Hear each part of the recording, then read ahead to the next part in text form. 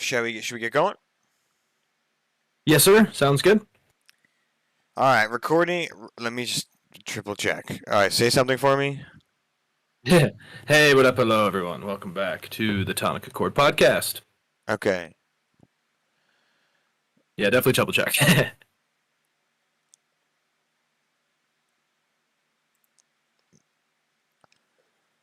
All right, welcome everyone to the Tonic Accord podcast. I'm your host Drew with the other host Alex. Him and I are both from Chapman University and have degrees in political science, work in various fields related to politics. And today we're going to be discussing a host of things from all the way from history to the modern day issues, including great political schisms. Um, the political crisis going on in Haiti, as well as the political crises going on in Brazil, and also what the fire hose of falsehoods is and how that relates to modern politics in the United States. So to start us off, we're going to be taking a look at some honorable mentions of big schisms, right? Scenarios where you have a unified group that experiences a massive split and breaks off into separate or divulging groups. And often schisms like these have major political impacts, and we just wanted to highlight and look at some of these throughout history. So to start us off, Alex, what do you have as one of the schisms you want to take a look at today? Hey, what's up, Drew? First off, good to be talking. Hope all is well. It is hot as hell up here still, so Yeah. just trying to stay cool. But luckily, we are not boiling like certain animals that unfortunately have been dying in the Northwest. But Yeah. anyways, yeah, schisms, interesting stuff. To me, kind of a schism is usually between like people, right, an organization, maybe politics, religious movements. And I'm going to start with one that's kind of relevant to the U.S. politics right now. And basically, like to generalize it, it is the 1970s and this weird schism that seemed to happen inside of the Republican Party that has kind of led to schisms now. And what I mean is that kind of in the post-World War II era, it seemed like kind of Republicans and Democrats were somewhat centrist, but just leaning like you had the Christian Democrats and kind of the establishment Republicans overlapping. I think there was kind of this shared connection between the Great War, the economy, and kind of working together and bipartisanship. And so it seemed like in the late 60s that kind of changed. And I'm reading a really good book right now called Last Best Hope, America in Crisis and Renewal by George Packer. And he basically talks about how kind of in the last year, we've seen that there are four Americas. He talks about free America, which is kind of that don't tread on me, all government's bad part. There's the smart America, kind of the well-educated class of high earners, the tech people, the coastal people, just kind of the city elites who work from home, especially during the pandemic. Then there's the real America, kind of what Sarah Palin categorized as white Christian nationalists. And then there's Just America, which is kind of that younger generation of people who believe that injustice is the heart of all the country's problems. And all of those are their own schisms in a way, but the Free America one is what I would say came out of the 70s, and I think it radicalized the Republican Party.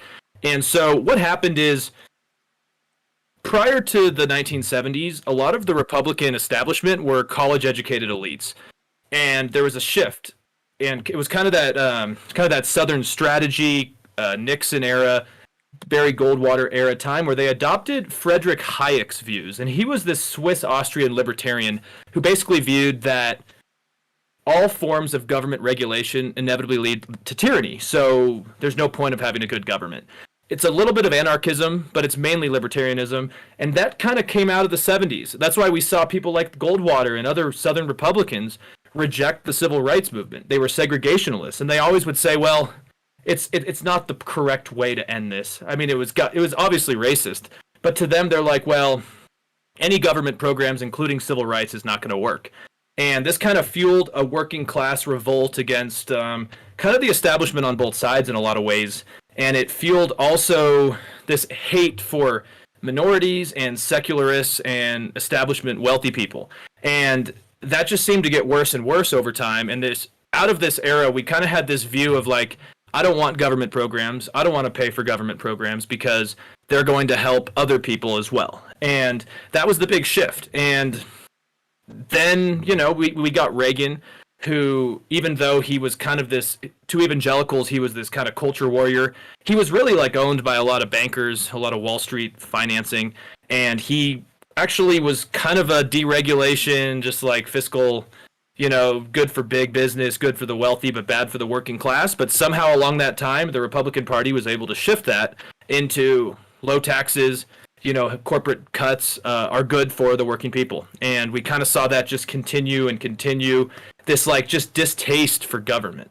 And that I think kind of met fruition in the 90s with Newt Gingrich, like where he kind of turned it into a forever war. It was like politics is not about agreement, it's about just stalling the other side or stopping government.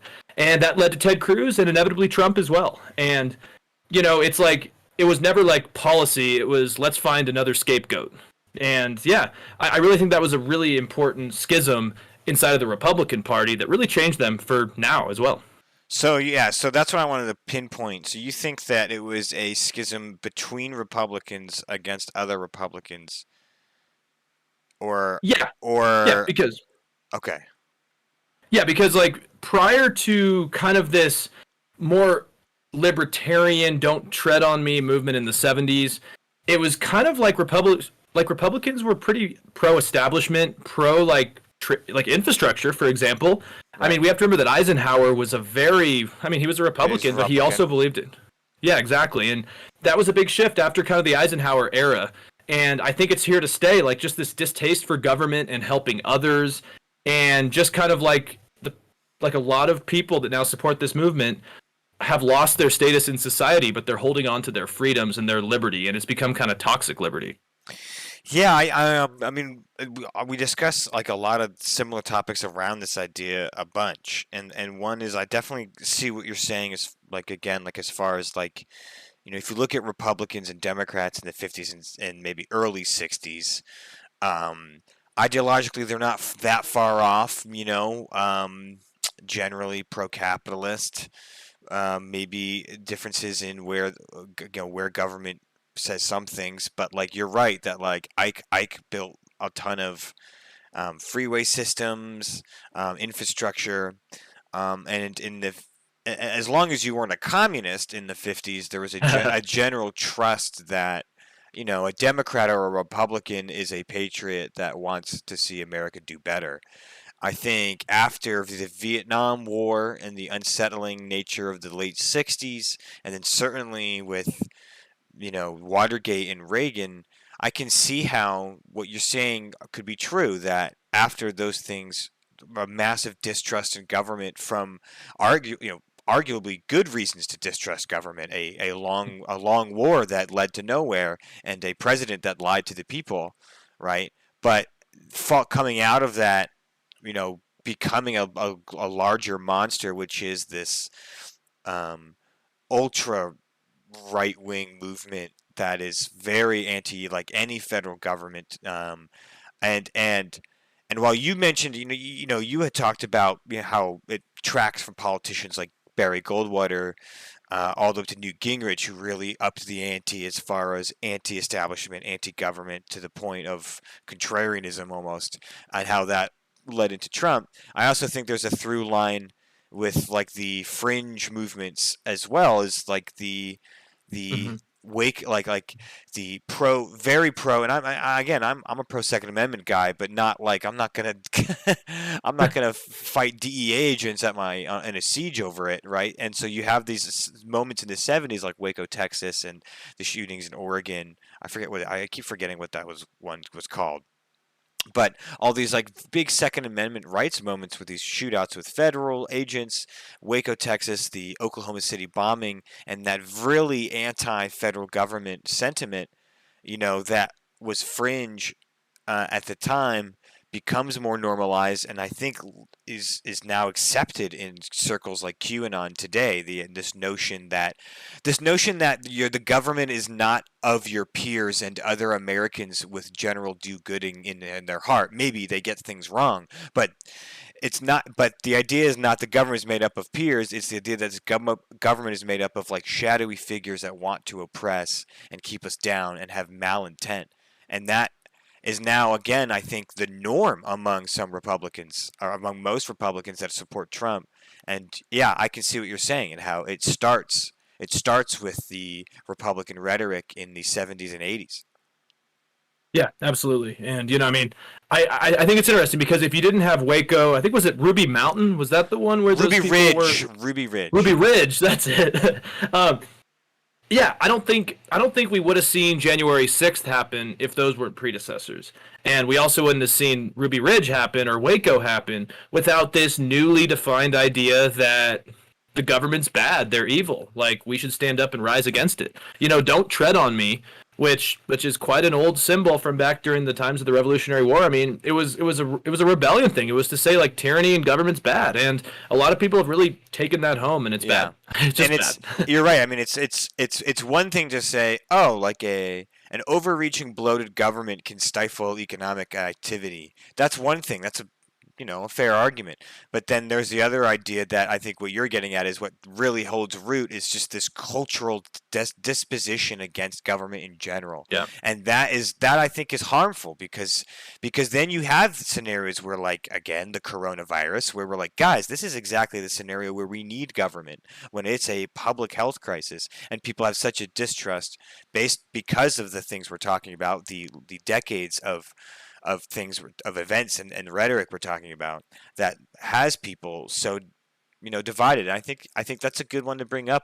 It's almost a hidden schism in the American public of those that just will never trust government of any kind, and those that maybe see it as something more malleable. Absolutely. Yeah, no, I think that's very well put. For you, what's on your radar? Well, mine is a little more obvious, and less hidden underneath some nice nuance, like yours. But mine is Well, good. We need those. the Great Schism, and this is the schism in the Christian Church, in about 1054, that led to the creation of the Western Catholic Church and the Eastern Orthodox Church. But the reason I bring it up is for a few things. Is one is it is a has a lot of reverberations past the event. In 1054, the schism happened where the Western Pope decided to try to excommunicate some of the top patriarchs of the Eastern churches. At the time, they were still buddy buddy, but they had these different structures. And when they tried to excommunicate each other, it completely broke down. And so I bring it up because after that, we see, a schism that lasts for hundreds of years with the religion and the religious structures involved in Europe, right? The Catholic Church dominating Western Europe, the Eastern Orthodox Church dominating culture and religion in Eastern Europe. There's cultural divides still today along those religious lines. Um, Religious wars fought on the fringes of these borders. And then on top of that, I think it's important to look at it from before the event happened, because it happened in 1054 when the excommunications between the two churches happened, but they all got pissed. But the reason I bring it up is because it actually had about 1,000 years of little tiny things. It was almost death by 1,000 cuts, the relationship between these two churches. Because again, before this schism, really there was one church. Obviously there had been maybe tiny, small Christian sects during the Roman era when they were being persecuted. But once Christianity was the dominant religion in Europe, there was a church, um, and for hundreds of years, and it was things like the Eastern and Western churches disagreeing on what type of bread to use when taking communion, all the way up to things like how they wrote things out in like councils on deciding what interpretations of the Bible. The Western, and they would come to an agreement that it was the Father, the Son that gave, and they got their power from the Holy Spirit. But then they would have debates of, oh no, they didn't get their power from the Holy Spirit, they got their power with the Holy Spirit, right? Think like little interpretations that might seem trivial to us today, but at the time were cruxes of belief for these different peoples. And then these little disagreements, over time, led to, full blown attempts at excommunicating the other leader out of their churches. And when you have kings from multiple nation states, or I guess not nation states at the time, but kingdoms, being like taking orders from the Pope to full on crusade against the East. the Middle East, it is important on what church is in power. Along even a part of the Crusades, Western Christians were ransacking and looting Eastern churches at first because of this divide. And so at some point, the church said, no, no, no, stop crusading against Christians, even though they're the wrong type of Christians. You need to crusade against the Muslims, right? So the divide was very strong. And I bring it up because there was 1,000 years before of the schism that is important to understand the context, and then there's 1,000 years after that it has ripples effect through history. So certainly a great schism earns its name. And even though if you're out there and you don't know much about it or not Christian, I still encourage you to look it up and learn some more because it shapes a lot of our history. Yeah, I mean, I'm really glad you brought that one up because it does define almost everything that's happened since then. And there's something like for me, like I don't know much. Like I am very dumb when it comes to religion. I'll be completely honest with that. But what I do know inside of Rome during that time, like right before the actual fall of Rome, but inside of the Roman Empire and in their like neighboring territories, their conquered lands, there was a xenophobia that was growing towards the end where they didn't seem to see the forest through the trees, where the Roman Empire was wealthy and could get, turmeric in their tea because they'd conquered parts of the Far East. And they'd also been into the UK and Spain and France, and they didn't seem to understand that the reason why they had so much wealth was because of their conquests and the immigrants that came back because of it. And towards the end, the Romans got paranoid and xenophobic. And I think part of the reason why there was this great schism that happened over time was because when a lot of the Roman elites went to, Constantinople in the Byzantine side, like Eastern Rome, as some would call it, it really showed this like superiority was collapsing in the West. And there was this strong Roman ideal of like Rome is the best, the Latin culture is the best. And now all of a sudden you have Slavs and Greeks speaking different languages with now the wealth that used to be in Rome that's now in Constantinople. And I just have to think that there was also just that cultural xenophobic paranoia that probably led the Roman Catholic Church to go towards this.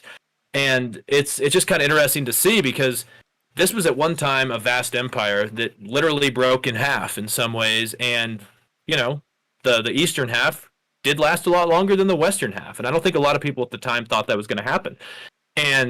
And again, also it's super important because this was the first time, like you said, and I thought you said it really well, was that, yeah, there were probably a few little sects of Christians that maybe believed something different. But once the Roman Empire had full, superiority in Rome, the Roman Catholic Church had superiority in Rome, there was no dissent. It was kind of what the Roman Church believed. And, I don't think the Reformation, which happened, 500 years later, I don't think that would have happened if we didn't see this first breakup. Because now, obviously, man, we have so many denominations of Christianity, it's insane. And none of those probably would have happened unless this great breakup happened. Yeah, and they tried. They literally tried things to avoid this. The Council of Nicaea, and there's a couple of those, is when they had all the leaders of the main churches, East and West, trying to get together and like decide, okay, what do we actually believe in the Bible? And those councils is where a lot of these contentions came bubbling up, is because the Eastern folks would say, well, this is what we believe, and then the Western folks would say, well, no, that's not what we believe. This is what we believe. And so anytime those councils happened, when they tried to agree upon a doctrine, some people weren't happy, of course, right? Big surprise. And then also to your point about discrimination and airs of superiority, that definitely happened. When looking at the Great Schism, again, for years before, various leaders in the West and in the Byzantine lands were like, they were banning the languages used by the other church. So they wouldn't say, well, we're not banning the church, we're not banning Western churches, because there wasn't really a definition of that. But they were like, but if you're in Byzantine area, your church can only speak Greek. And if you're in the Roman area, your church can only speak Latin. And when that happened, because there was, of course, crossover, there was people, with more Western-oriented churches in the East, and vice versa. When they started banning languages of stuff, is when the heat really got put on the problem. Now people were like, I literally can't interpret my religion because you didn't ban the religion, but you banned the use of the language that my religion is based out of. And it was an obvious discrimination against the West or East, and both sides did it. And yes, and you're right that idea that Romans didn't want Constantinople, modern day Istanbul, to be better than them. There was absolutely a competition between Constantinople and Rome to be the most holy city. And that's why they both have lavish churches and a lot of stuff like that, and murals and artifacts, because they were trying to one up each other for a while. Yeah, it's kind of wild because like the funny thing is that by the time Constantinople was like at its true like glory, Rome was crumbling. Like there's a reason why the Goths from the north were able to just like trample Rome basically. I mean, they sacked it I think like 4 times, and that final sack, I mean, the people basically just bent over. I mean, Rome was crumbling, and part of me feels like it was that, Napoleon complex, that paranoid ego that was like, well, this is our final thing. Maybe at least the legacy of the Roman Catholic Church. And it's just interesting to see, because obviously this also paved the way for the Dark Ages in a lot of ways too. Right. Just because, I mean, I mean, as an agnostic myself, like I kind of wish Rome, I kind of wish Rome actually never went down the road of being dominated by the Roman Catholic Church, because I think their pagan days is when some of their best ideas and art came out of. Dude, yeah, those pagan albums are way better than the Christian albums. Dude, yeah, once they made that transition, hell no. Another quick one I have on this schism thing is the Spanish Civil War. It's something that I think could almost like culminate with the Spanish Civil War, but it also was the Russian Revolution, the Bolshevik Revolution, Karl Marx. It was like the Spanish Civil War, I think, was just another part of that. And the reason why I think it's so important is, well, I mean, I was just in Spain, so I saw like kind of the crumbles and the shadows that are still there from this. But basically, like, Spain was, had been an empire. There was a saying that was like, the sun never sets in Spain, because of how big the empire was at their glory. But by the 20th century, Spain was a destitute and just struggling country. It was kind of like Rome prior to the Great Schism.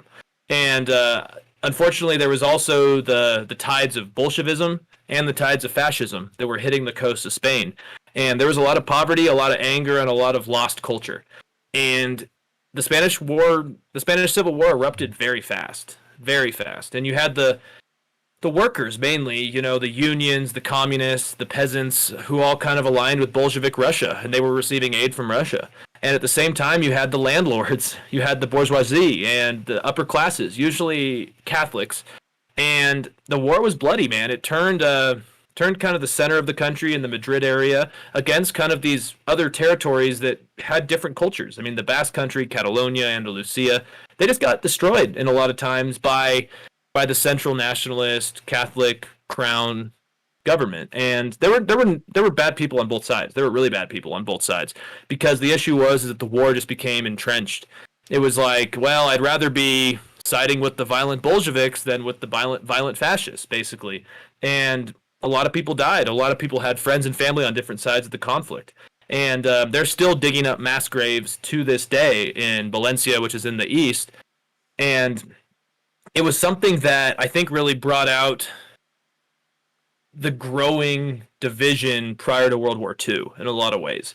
And I mean, I was in Spain the last three and a half years, and I mean, you still see it today, and that's why I think it's so important. Is, I mean, I lived in Madrid, which was where Franco's residence was. I've been to Franco's residence. I lived near Franco's old residence, and I went to Valle de los Caídos one day, which is where he was buried until recently. They finally moved his body.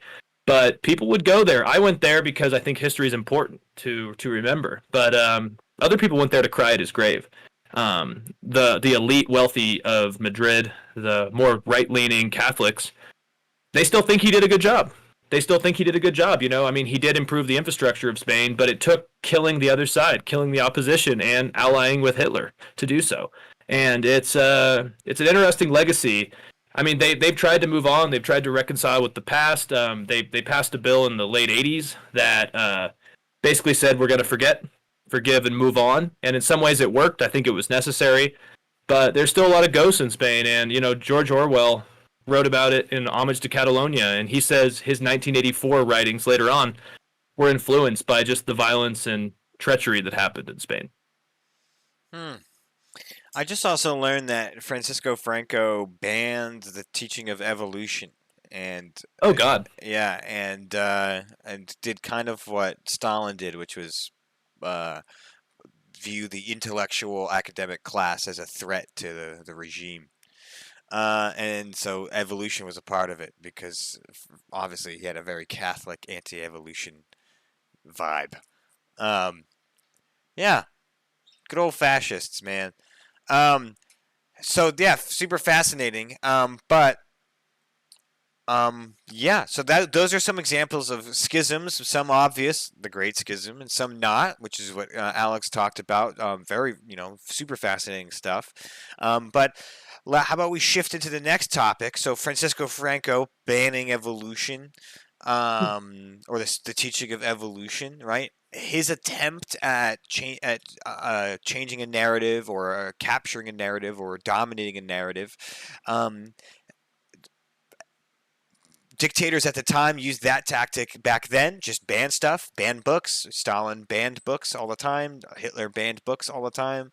But perhaps today you can't get away with that. So one of the ways to change a narrative or dominate a narrative or manipulate a narrative is what's called the fire hose of falsehoods. And so, Alex, do you want to give us a little rundown of what the fire hose, not fire hood, fire hose of falsehoods are? Yeah, definitely. It's funny. It's probably one of the hardest words for me to say lately. I've been like firehouse, fire hose, fire hood of Right. yeah, yeah. It's just a struggle to say, but anyways, yeah. I mean, it's actually a super fascinating concept, which I think the Cato Institute were the first ones to really like at least coin the term. But it's something that's been around for a long time. But it's also been something that I think the Soviet and the post-Soviet era Russians have been really good at, and it's basically flooding the system with a bunch of bullshit, misinformation, half truths, truths sometimes, and just propaganda. So basically, you're just putting so many things into the system and into the public that no one knows what to believe anymore. It's also like contradictory information. Like one day you say one thing, and the next day you speak against what you said the day previous. And it just causes confusion. So a population becomes cynical and just gives up and just kind of goes into their corners. And I think the best example of it with Putin was when, let's see, I have the name, Sergei Skripal. I'm probably butchering his name, sorry, but when he was killed with his daughter in Britain in 2018 with that nerve agent, that lovely radiation nerve agent that sounds not too great, and the Kremlin basically responded by saying it was Britain or Ukraine, and or it was an accident, and or it was a suicide, and or it was a revenge killing, and or Russia did not do it, and or maybe Russia did. And obviously on their own, you're like, obviously Russia's just like bullshitting through this because they're obviously guilty. But if you're a population who, for whatever your reasons, are doing other things in your life, you're just getting information and hoping it's correct. And I think over time, you just lose faith. And I've seen Republicans in the U.S., unfortunately, have started adopting that. Steve Bannon, I think, brought it over. I mean, he's been on world tours. He's been basically on the fascist world tour for the last, like, decade. And he basically said prior to Trump's election in 2016, he said that our goal is just to flood the system with misinformation. And it's working, man. Because, I mean, we've seen since Trump, I mean, he has done it better than Putin could have ever dreamed. I mean, Trump was already a bullshit artist. That was kind of how he's done so well in real estate, The Apprentice, whatever. And he parroted this Kremlin disinformation better than anyone could have. Yeah, this article and also by Jonathan Rauch, and then also his conversation with Billy Crystal that you and I both listened to. Again, Billy Crystal and Jonathan Rauch are like neoconservatives, right? These guys are Republicans through and through. These are not like Nancy Pelosi, yes queen, progressive liberals. These are conservatives, and they are justifiably very worried about this fire hose of falsehood. And I think you said it well. This is a tactic. Jonathan Rauch explains this as well. That this is a tactic used by despots, authoritative leaders, right? Those looking to maintain power and manipulate narratives. This is a tactic used by them all the time. And it is that idea that, okay, if you can't, like, Like you're not the despot of old that literally owns the printing press and can just like kill a journalist. So instead, you flood the waves with so much information because we live in an information age and everyone's connected to social media. You just flood it with different stuff that people almost roll their eyes and don't care anymore. Like it's almost like um yeah, it's like such a deflection. Like I don't know, it's almost like catching a kid. Like it's almost like catching a kid with their hand in the cookie jar, and then they just start listing off 13 different excuses. Like, "Whoa, my blood sugar was low, and I was gonna get late. I needed a breakfast, and all this stuff." And you're almost just like, "Fine, whatever." Like it's just so much that, and like, that's the thing. It's like fatigue on top of just confusion. And I think that Trump has mastered both, and Jonathan Rauch also believes he's mastered both. That where he can really, he can push narratives so far, like the idea that Joe Biden, a again that like a pretty centrist left candidate uh, that is pretty milk toast and by the book American politician was able to squeak out an election against a unlikable president. That is somehow less likely than what Trump is saying, that it was the largest orchestrated and most well orchestrated election fraud in American history that not only turned the tides of multiple states, but was able to be done so in a way that was not caught by court systems. Like, and 60 to 70% of Republicans believe that. And so and if you look what you're talking about is you look at the evidence when Trump talks about these theories about what's going on in Arizona. He never says anything definitively. He says people come up to me and say things, and people say we should take a look at this, and I think we should take a look at that. And it's like, no, man, you have to make a claim and provide evidence for that. But he's very sly in the way that he throws out all these different exclamations and, hey, I don't know, I'm just saying people should look at these things. Um, and it is a fire hose of falsehood. Um, I wanted to bring up a historical example that I think could be maybe interesting to look at, maybe with like a modern context. So, in Russia, in the Soviet Stalin era, there was that famine in Ukraine, and because there was so little infrastructure and there's not nearly the media apparatus we have today, it was not. Took a couple years for the famine in Ukraine to become news. Millions of people dying as a famine as a result of Stalin's policies for his agrarian change. Um, and it wasn't until, but some stories started to get leaked out after a few years, and Stalin wanted to get ahead of the narrative, so he found a New York Times reporter in Moscow that was a drunk, and he had a lot of affairs, so he was easily blackmailable, and he sent him to Ukraine, and basically, and instead of saying everything is fine, he just said, well, there's some hungry people, and yeah, there's some supply shortages in some towns, but no, there's no famine, and millions of people aren't dead, and it was just a couple hungry people. I mean, everyone has problems, and that was basically his report. And he won a Pulitzer Prize for that from the New York Times. For What? for yes, a Pulitzer Prize in the 30s for that. This reporter for his investigative journalism in Ukraine, and it was enough to keep people off of the back because it was, even though there was other reports saying no, we're getting reports that millions of people are literally dying.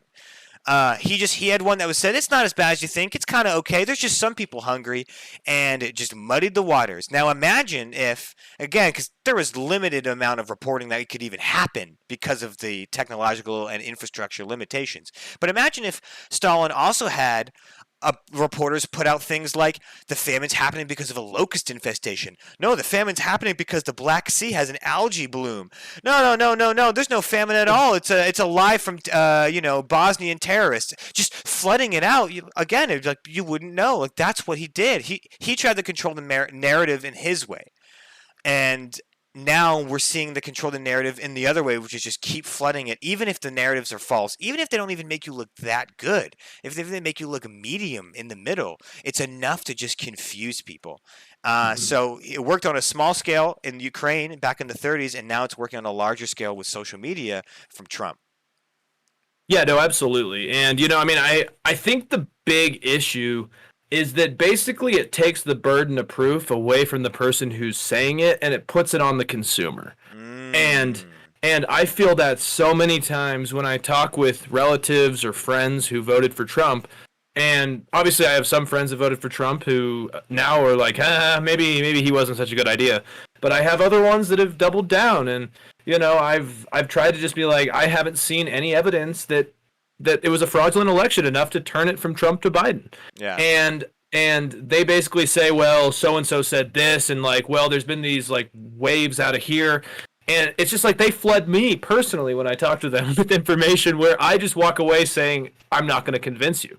And Yeah. I just put that on a macro level. I'm like, fuck, man. Excuse my language, but like this country is screwed if our like shared sense of reality is gone, and that's what's happening. Like, it terrifies me, and it's great you use that Ukraine famine one because that was also one of my examples. Was not even that part of it, which I didn't even know that a reporter got a Pulitzer Prize for that, which is Yeah, crazy. so A New York ways. Times reporter from Moscow. Yeah. But like, I mean, I've heard reports where like parents would eat their own kids because they were worried their neighbors would eat their kids. Right. So like, it was like eat your kids first. But basically, like, yeah, Lenin. This is even before Stalin. Like when Lenin first realized that Ukraine could be a breadbasket for their collectivist send it all to Moscow approach to like dealing with like resources. He just sent in this czar, as he called him, like this Ukrainian czar. He was like a Ukrainian-born guy who worked for the Bolshevik regime in Moscow. And he went there and just decided he would use class division against the people so he didn't actually have to use force from Moscow. And basically they just created like a contradictory class system where it was like poor farmers against poorer farmers. It was like, okay, maybe if you own land, you're considered rich according to the Russians, but if you're working on that land, you're considered super poor. And they kind of allowed the Ukrainian farmers to eat each other, to basically just go against each other, and then the Bolsheviks just used the peasants to take all the resources into Moscow. And it was like basically just so many contradicting things that it just worked. And it's just really too bad. And I mean, like put that into 2020, COVID-19. I mean, I think like the pandemic should have never been the way it was in the US. I think there was a time where we all wanted to come together, and for a small moment I thought it would happen. But the problem is like human beings, the CDC made some errors early on. Fauci said don't buy masks when it was clear he was just trying to save the masks for the people who needed them. I'm not a big Fauci guy, to be honest, but like I don't think he's some devil. And unfortunately, like just a few mess ups by COVID officials and public health experts basically turned the issue into propaganda on the right versus experts, and it became populism versus science almost. Yeah. And that was all led by Fox News and Newsmax and OAN, where they basically said like, see, you don't know. Like, it's not like you need to prove yourself. It's just, do you know that's correct? And it's really sad because I think our country is worse since COVID. We're more divided, and we lost way too many people, and it just didn't have to happen. And I think that was the fire hose of falsehood actually hitting home for a lot of Americans, even if they don't know what it is. I think that there's a reason he's doing this, right? We have to identify like, okay, like the tactic is the fire hose of falsehood. There's a reason it happens, and Jonathan Rauch talked about in his conversation with Billy Crystal that like it is a deliberate tactic, right? So like we should not treat it as like, oh, Trump's a bumbling idiot who just didn't know that bleach didn't work and he just didn't know that masks worked or whatever. He just, I don't know. And we just have to, well, he didn't know. What are you going to do? Like, no, he knew. He deliberately wanted to confuse people. And I watched a great documentary about how to become a tyrant on Netflix, narrated by Peter Dinklage. It's a little goofy, but it's pretty good, and it goes into how tyrants take power. And one of it is sowing distrust, how using distrust from people from the other, distrust of the public, distrust of government, which we talked about in your schism. Distrust can be used for political gain all the time. Stalin did that. Again, back to Stalin. He called the Great Terror between 1936 and 1938, where 750,000 Russians turned in their neighbors because they thought they were trying to overthrow the state, and everyone was scared of everyone else because at any moment you could just point the finger and be like, I think he's trying to overthrow Stalin, and they take him in a van and you're gone. right? So while we don't have that, that's not the kind of distrust we have today. I'm not worried about people pointing at me and sending me to a gulag. The kind of distrust is that who's vaccinated, what media can I trust, who's part of the deep state, right? Who rigged my election? I mean, people have literally thought that I've been paid to protest. Like, I mean, I think that whole idea of every protest you see on TVs must have a paid actor, right? BLM protest, paid actor, crisis actors at school shootings, right? That sense of distrust makes it so that people are vulnerable and look to strong men. They look to authoritative figures to quell the chaos. Again, quote verbatim from Trump, I alone can fix this country. He said that many times in his campaigning. Is this I alone? Who else but me? What do you have to lose? I am your savior. And that is behavior can be compared to Francisco Franco, Joseph Stalin, Adolf Hitler, Ida something in Uganda. All of these leaders that use these exact tactics, and the Firehouse of Falsehood is the most modern one, used by Trump, used by, I would arguably say, used by North Korea. They give their citizens a plethora of weird information all the time. They make up stories all the time, keep them confused and out of the know. Putin utilizes this probably the best. To keep what is supposed to be considered a modern democracy, a faux democracy, basically a shadow of the Soviet Union in operation. So yeah, it's and again, I don't know, I can't get out of my head how important it is to realize that this is not a mistake, but an active, deliberate strategy used against the American people by at the time its own president and now a past president. Absolutely. And just the last thing I'll add, at least on this part here, is that I think you are so correct. And I think one of the issues that mainstream media had at the beginning of Trump's rise to presidency was that they assumed he was an idiot. And they're slowly catching on to it. And I'm glad Republicans like Yeah. myself and some of the Bill Kristols and the Bulwark, they're talking about it, because the thing is that Trump reads a room better than almost anybody. Trump knows exactly what he's doing. Yeah, he talks weird. He ain't good with that, describing things thing. But he he knows exactly what he's doing, and it worked. And what terrifies me the most is this Arizona audit. I don't even want to call it that because it's such bullshit. It started with bamboo ballots, then Italy Gate, which is Italian lasers hijacked the election, and now it's a company that actually is GOP aligned is now actually running these audits. To me, it's not about the election. It's not about actually fighting fraud. It's about confusing people, and it's a dress rehearsal for 2022 and 2024. So I think people need to be ready. Yes. And yeah, I mean, and you mentioned some great people in that list of ones who have used this before, but there's one you didn't mention, and I think it's a good segue into our next segment, is Jair Bolsonaro. That's right. You were the one who kind of first shared me this. So, what do you think about Jair Bolsonaro, who is the current leader of Brazil? Right. So why we bring this up coming out of this is Jair or whatever his name is, Bolsonaro, is in a new world of trouble. So Brazil has been hit very hard with COVID. In fact, most of the COVID deaths around the world only come from three countries: India, the United States, and Brazil. And so, you're into hundreds of thousands of deaths and millions of cases of COVID in Brazil. And it's now at the point where the country is at economic turmoil. Inflation rates around the world are high, right, and prices are high around the world. And on top of that, Brazil is losing out to the dollar, right? If the dollar itself is in trouble, a lot of these other countries' economies are in even more trouble. Brazil is no different. And so Brazil is in a tricky situation, and Bolsonaro's position is now a lot trickier as well. So for a long time, for the last year, Bolsonaro has been downplaying the coronavirus, said things like it's a little flu. I'm not going to get it. If I get it, I'll just cough it out because I'm so tough, right? He's played a tough guy. Don't worry about it. It's just a little flu. Brazil's stronger than this. Well, Brazil gets ravaged by COVID. He's already unpopular because of that.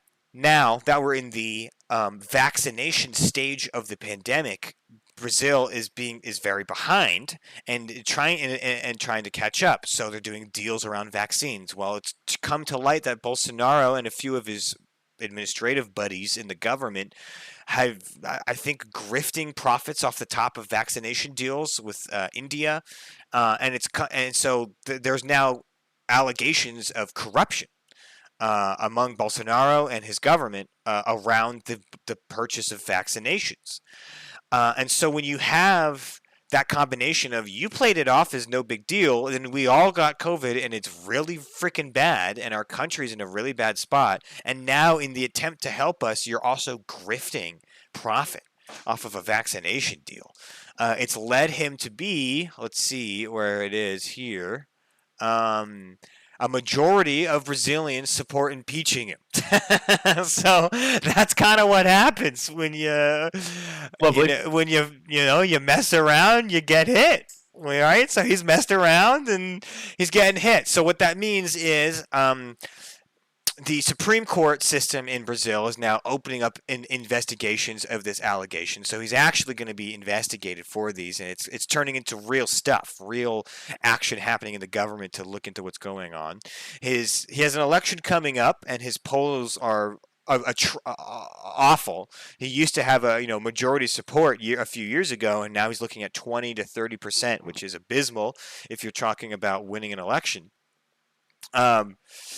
And so now he still has a lot of friends inside the government. He has a very strong, I think, coalition of actual officials in the parliament system, but he's in dire straits. And why we're talking about him in regards to the falsehood of false information is because he utilizes that idea somewhat to his own gain. Again, he downplayed the coronavirus, but now that he's in political strife, he is now saying things that, like the upcoming election, in which he's not polling very well, is going to be fraudulent already. He's saying it's going to be fraudulent, and there's an attempt at to take away the legitimacy of Brazilian elections.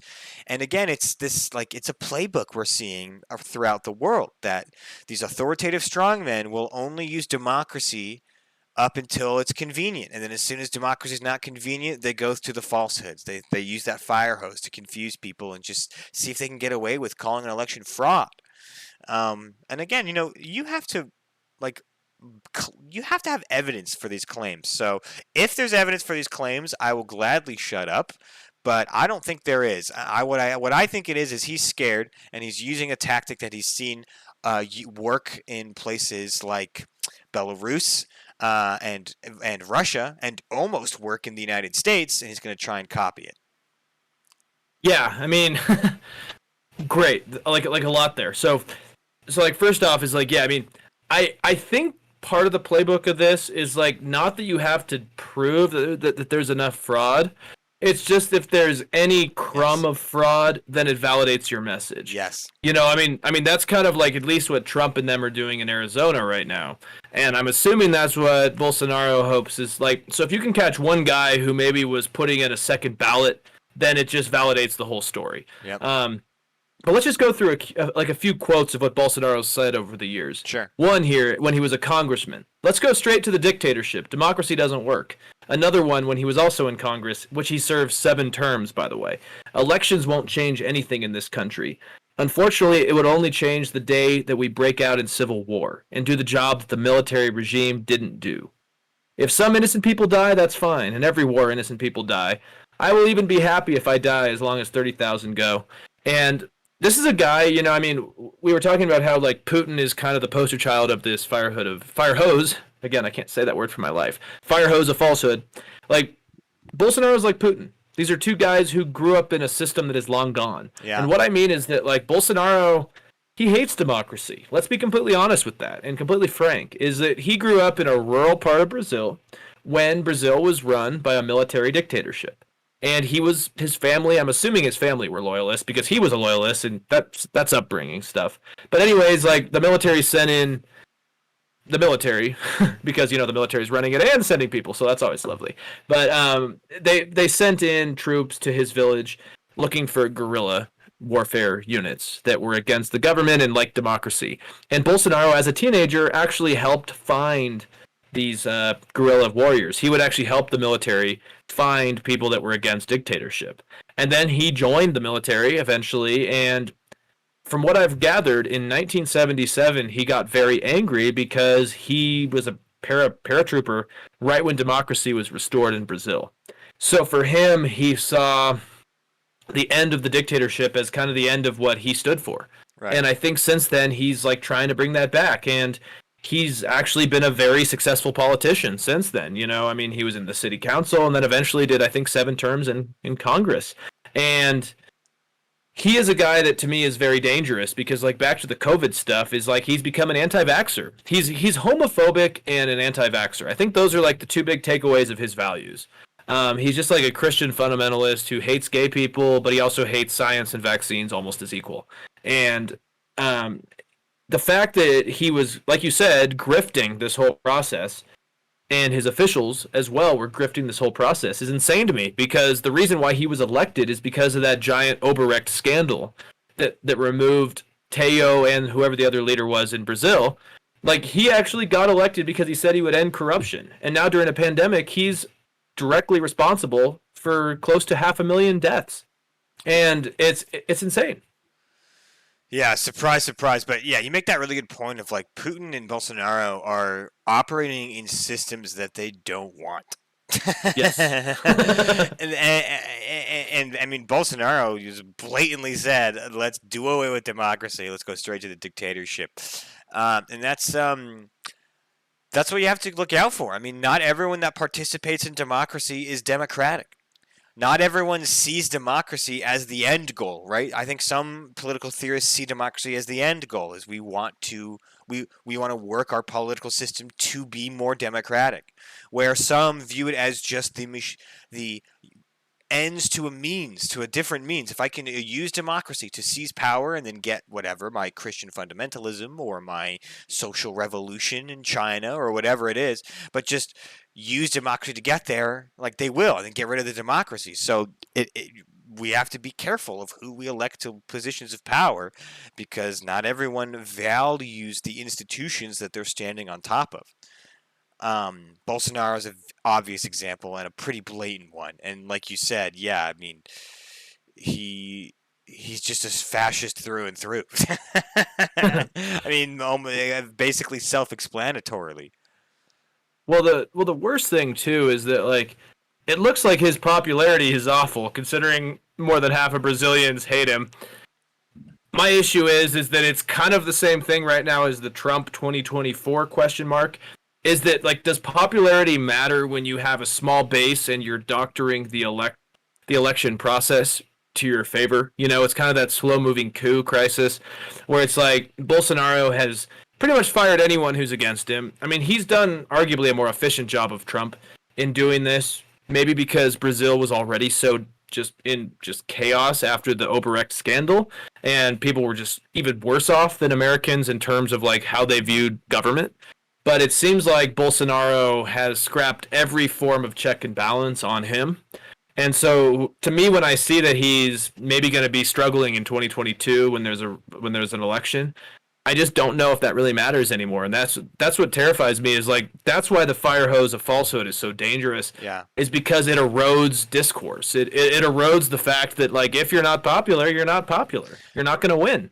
Yeah, and back to the United States, I think like you said, like that fire hose. Like if we thought the fire hose was turned on for 2020, wait for 2024, because I bet you that's all it's going to be. I bet you if the Republican Party in the United States is still on its Trump train, which it very much right now is, looking at CPAC numbers, 70% of Republicans want Trump. The other 28% want DeSantis, who is Trump 2.0.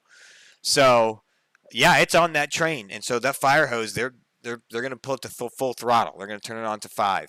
And Bolsonaro as well. I think he's going to realize that he's going to utilize that to his advantage. I think Bolsonaro is going to sow as much confusion around the election as possible, claim that his opponents or someone, isn't doing things right, maybe postpone them or just win them, whatever. But he's going to start it now, and he's going to ramp it up if his poll numbers don't change. If I can just interject super fast, like the other scary thing in the U.S. specifically with the Firehouse of Falsehood is the Ashley Babbitt narrative. That was that ex-military gal who was shot by police after storming the Capitol. It's tragic in a lot of ways because she resembles the misinformed, excuse me, voter who thought it was her constitutional prerogative to storm the Capitol, and she was shot and killed by police storming the Capitol. And now Republicans, the narrative has changed so many times that I think a lot of Republican voters are confused on the importance of January 6th. And now there's T-shirts out there that say, who killed Ashley Babbitt? And now you've had Tucker Carlson and Trump saying she was a patriot and she was killed by the police. And she went from a dumb martyr to now an actual martyr. And just like Bolsonaro, who was stabbed and spent most of his election campaign in the hospital, now there's an Ashley Babbitt that is part of this fire hose of falsehood. So, fun stuff. Fun stuff. We're at 55 minutes. What do you think? Should we do Haiti, or should we maybe do that like a segment off that for like a catching up, or? We could probably spend like 5 or 6 minutes. Do you think? If Sure. you're down, if not, I'm totally fine. Sure, but, just a little quickie. Absolutely. Well, it is certainly a fascinating story, and regardless of how much time we have, the Haitian president, and I have the names written down here because I butchered them the last time we talked about this. Haitian President Jovenel Moïse was assassinated in his home not long ago. I think beginning of last week now, and it's left. So one is, why was he assassinated? We don't exactly know, but we're learning now slowly that it involved dozens of Colombian mercenaries, which are hired guns. 3 now American citizens, Haitian-born but American citizens, based out of Miami. There is someone claiming that they flew down to the country and just said they're going to take it over. They might be involved. We don't know. It's a crazy story. But he was shot in his home. His wife, I think, was also shot and in critical condition in the hospital. It has now left a void of power in Haiti, an already impoverished and, poverty-stricken and the poverty-stricken country. Haiti I think, has the most poverty, the worst standard of living in the entire Americas is in Haiti. And so now you have interim Prime Minister Claude Joseph saying that he's going to take over Haiti until the appointed Prime Minister, who's not yet in office, Ariel Henry, spelled like Henry. Ariel Henry says that he should be in office now, taking over the country. And then I believe there's a third person who I didn't quite get the name, that was just voted by the Senate to be the next prime minister, but the Senate is only a third in session because there's like 20 seats available that have not had elections held for them, and then the other seats people are away because of COVID. So you have a dysfunctional government that was basically on lockdown, that Jovenel Moïse was criticized for not filling parts of his government, not filling open seats. He's dead. 2 to 3 guys now are vying for power after in this void, and we still don't have a full idea of who the hell or why this happened. So what is your take? What's going on in Haiti? Well, like, first off, I have no freaking idea, but like, there's a couple weird things here, man, and I'm putting on my tinfoil hat for this. Like, obviously, like, driven with a little bit of information and facts as well. Like, I'm not gonna go totally QAnon on you yet here, but like basically, it is weird. So none of the security forces that were protecting President Moïse were killed or injured. It's never a good sign when that happens. And second off, apparently, I learned today that Haiti has 2 constitutions. Like, they don't have just one constitution. And basically, President Moïse was already talking about this other guy. What was his name? Henry or Joseph, the interim president. Claude Joseph. Yeah, Claude Joseph. Apparently, he was going to be fired by Moïse like days before this assassination took place. And also, the Supreme Court justice was actually in one of the constitutions that's prevalent in Haiti. He could have been the successor, so Moïse was talking about this. The interesting thing is that Supreme Court justice died 2 weeks ago from COVID. and then Moise was talking about removing Claude Joseph from the whole system of being his follower. And so it's interesting that when this conversation was happening, Moise died. Now that's take one here. Okay, that's like I feel like this maybe it was just because of the chaos of the Supreme Court justice dying, who maybe had succession rights, and then also Moise not liking Joseph. The other one is though there's this interesting guy named Christian Emmanuel Sanon, and he lives in Florida. And that's where the Florida connection is kind of interesting to me, is because he was a failed Haitian businessman living in Florida who filed for bankruptcy last year. And he had been claiming for a long time on YouTube that he had the rights to the presidency. And there has been a Florida connection that investigators as time has gone on have found, but the big question mark is like, why is this guy the one? Because he was bankrupt. He obviously probably did not have the money to carry this out. And so if he was linked to this, it would mean that there was money from somewhere else being funneled in, or he was helping with that. Like that's to me where the money gets complicated. And now the third one, just really fast, is that a year ago you and I, or maybe over a year, you and I did that thing about the attempted assassination on Maduro, where it was ex-Florida military guys working with Colombian mercenaries. And interestingly enough, there's a Florida connection again, and also there are Colombian mercenaries who were suspected in the killing, 23, I believe. And that's interesting to me because it also feels kind of like a similar scenario to when they tried to kill Maduro with that, that crazy guy who was like ex-U.S. military, a big Trump supporter who like thought he was Trump's special forces, and then he helped do this. Like it almost seems like kind of like parallel to that, and that's it, man. I just don't know what happened, but it's like Haiti doesn't have a good constitution. They don't have a good democratic system. They're the poorest country in the Western Hemisphere. And that culmination, it's like, is it drug trafficking? Is it criminal gangs? Is it the DEA where there were hats there? Is it the Colombians? Is it this guy, Emmanuel Sagnon in Florida? I don't know, but it's just like there's a lot of weird moving pieces here.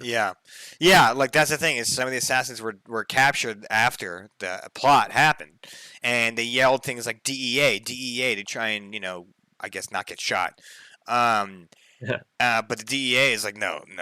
But we're now finding out some of them were U.S. law enforcement informants. Now, informants that's just anyone that can give any information to anyone in the U.S. law enforcement. That does not mean they're cops. That does not mean that they're part of the DEA, right? In fact, informants for the U.S. law enforcement are often criminals. They're like other criminals. They're like, a drug dealer that will, tip them off like, hey, look, hey, man, I'm just dealing weed, but I know that guy deals heroin out of there. Now you're technically a U.S. law enforcement informant, but you're by no means a cop. So with that said, they did yell DEA. I don't think it's the DEA. I don't see why the DEA would have any reason to murder the Haitian president.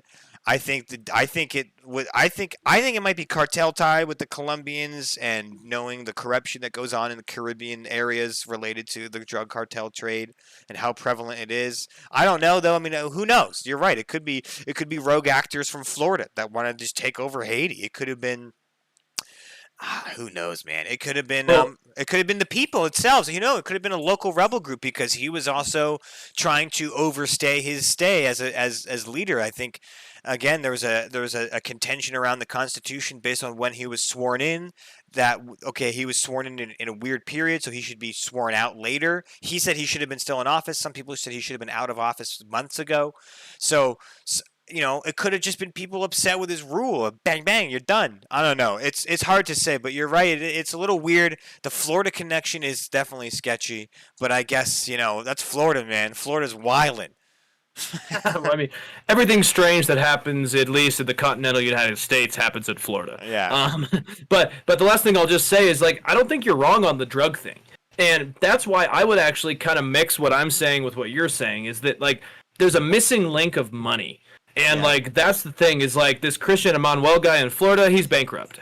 Right. If he did it, who actually carried it out? Yeah. How much does that cost? 28 Colombian mercenaries? Like, what's is it $100 each expensive. for the day? No, yeah, it's gotta be probably hundreds of thousands of dollars to make people kill a president. I imagine hundreds of thousands of dollars at least. I think the damn cartels just like put in the funds and the guns for one of these like third parties because of this void or this vacuum in who's succeeding Moisey, That's right? the old JFK No. style. The old JFK style. Find it crazy and just fund them. Oh, I'm kidding. Oh I'm yeah. kidding. But The CIA killed JFK, by the way. yeah, am I kidding? I don't know. Am I kidding? I don't know. Um. But yeah, I Anyway, mean, we'll have to follow it. We'll have to follow it yes. because, like, obviously, like Biden, like, there's a call inside of Haiti for Biden to send troops to like maintain order, and I'm like, no, no, no, no, no. No, The that only like doesn't sound successful good. slave revolt in the West or in the world, I think, was in Haiti. And do we want to send in like an imperial army to help that? No. No. That would not be a good idea for anyone. But I do think that the United States should and if there's U.S. citizens involved in the crimes, we got to help investigate that criminal Yes. investigation aspect, of course. I hope we do. I think that Biden signaled he wants to, but yeah, but I mean, this does matter to the United States as well because, like, again, there's a power vacuum. If there's a lot of if there's a lot of turmoil out of this, people from Haiti go where? They go to Florida. They go to the Bahamas and then eventually Florida, right? So, like, we don't want a more refugee crises on our hands. So it would be in our best interest to make sure that Haiti is in a good place. But also in the best interest of Haitian people because, gosh, they've had it pretty rough throughout history. So I really hope that things calm down for Haiti. I hope that whoever does end up becoming the leader does so peacefully and has some legitimacy behind it. But man, what a crazy story! Not every day you wake up and you hear about a world leader getting shot in the head. Exactly. And yeah, it's kind of like the blatant. The last year's been gray. This was blatant. But anyways, I think that wraps it up for this episode of the Tonic Accord podcast. As always, thank you so much for listening. Let us know your thoughts. And as always, we're on Apple Podcasts, iTunes, Spotify, YouTube, Twitch, streaming usually on Tuesdays. Today was Wednesday, but usually on Tuesday afternoons, 5 p.m. Pacific time. And check it out. Let's keep a conversation going. Let's stay sane. And thank you guys. Thank you. And what up, Tim? I just saw you got in here right at the very end. My buddy Tim in here in chat. Hey, how's Hey, it what's up, going? Tim? You just missed the stream. We're wrapping up, but we were talking about how the Haitian president got assassinated, bro. Straight up clapped. Drug dealers, CIA, Antifa, QAnon. Who Who knows? knows? Um, but yeah, drop a follow. Memes are good and bad. 69. They are. Memes are good and That bad. is quite a name, though. Yeah. So if you guys coming in now, we are just wrapping up. We talked about a lot of stuff. We talked about great schisms in political history. We talked a little bit about the Firehouse of falsehoods, which a tactic authoritarian figures use to confuse the public and drive a narrative. We talked about the Haitian assassination and all that stuff. So drop a follow. Tune in next Tuesday, and we'll see you then.